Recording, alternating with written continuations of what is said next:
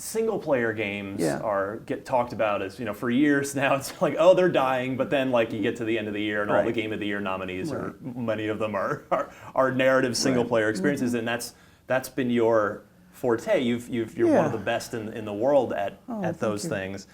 What do you see as single player games' role in the industry moving forward? As games as a service and living games are more and more the chatter. Right, and then look, this is the thing. I mean, and I could talk about this for much longer than we have, so we should do that. We'll do a part 2. But I think the problem is it's not that single player games are dead, but some of the single player storytelling is less front and center, right? So sometimes you're getting the story aspect sidecard onto a larger experience, right?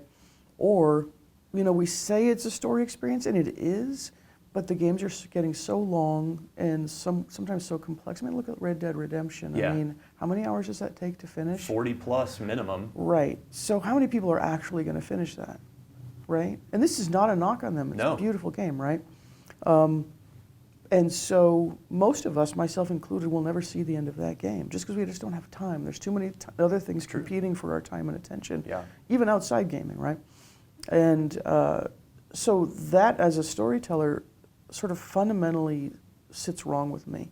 The idea that our medium just makes it peace with the fact that, like, oh, most people will never actually see the whole arc of the stories we're telling. That's bizarre to me, right? So that the age when we could make games that were, I mean, in the non-indie space, right? Make games that are 6 or 8 hours long, don't have any of their second modes, don't have a live service, don't have any multiplayer. They're just about this sort of finite crafted interactive narrative experience that, like, sticks the landing and is memorable. That's a harder and harder sell, right?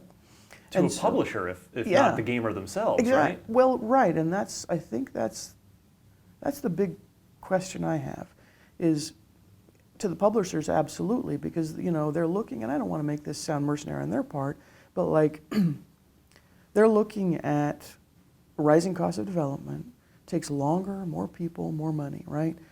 And all of our distribution methods have changed. It's no longer about brick and mortar and putting a box in a store. Yeah. So, and I understand the appeal of saying, well, no, we can create a service that people can keep coming back to, as opposed to having a finite experience that maybe feels like it's aping cinema or TV. But it makes it really hard to tell stories that way, right? Like, story feels like it becomes, and look, and certainly not for games like God of War and Spider-Man and these things. I mean, story is very important, but it's also sort of counterintuitive that they're still very long, and there's like so many subscreens and open world qualities and all this stuff that makes it, that you may never actually see the arc of the story.